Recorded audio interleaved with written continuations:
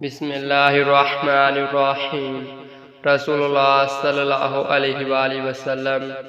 ہمیں اپنے تمام معاملات میں استخارہ کرنے کی اسی طرح تعلیم دیتے تھے جس طرح قرآن کی کوئی صورت سکھلاتے تھے۔ آپ صلی اللہ علیہ وآلہ وسلم فرماتے کہ جب کوئی اہم معاملہ تمہارے سامنے ہو تو فرض کے علاوہ 2 رکعت نفل پڑھنے کے بعد یہ دعا پڑھے۔ ترجمہ: اے میرے اللہ، میں تجھ سے تیرے علم کی بدولت خیر طلب کرتا ہوں اور تیری قدرت کی بدولت تجھ سے طاقت مانگتا ہوں اور تیرے فضل عظیم کا طلبگار ہوں کہ قدرت تو ہی رکھتا ہے اور مجھے کوئی قدرت نہیں۔ علم تجھ ہی کو ہے اور میں کچھ نہیں جانتا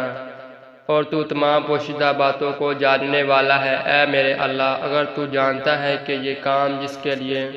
استخارہ کیا جا رہا ہے میرے دین دنیا اور میرے لیے بہتر ہے، یا آپ صلی اللہ علیہ وآلہ وسلم نے یہ فرمایا کہ میرے لیے وقتی طور پر اور انجام کے اعتبار سے یہ خیر ہے،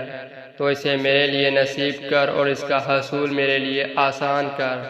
اور پھر اس میں مجھے برکت عطا کر۔ اور اگر تو جانتا ہے کہ یہ کام میرے دین دنیا اور میرے کام کے انجام کے اعتبار سے برا ہے، یا آپ صلی اللہ علیہ وآلہ وسلم نے یہ کہا کہ میرے معاملے میں وقتی طور پر اور انجام کے اعتبار سے برا ہے، تو اسے مجھ سے ہٹا دے اور مجھے بھی اس سے ہٹا دے، پھر میرے لیے خیر مقدر فرما دے جہاں بھی وہ ہو، اور اس سے میرے دل کو مطمئن بھی کر دے۔ آپ صلی اللہ علیہ وآلہ وسلم نے فرمایا کہ اس کام کی جگہ اس کام کا نام لے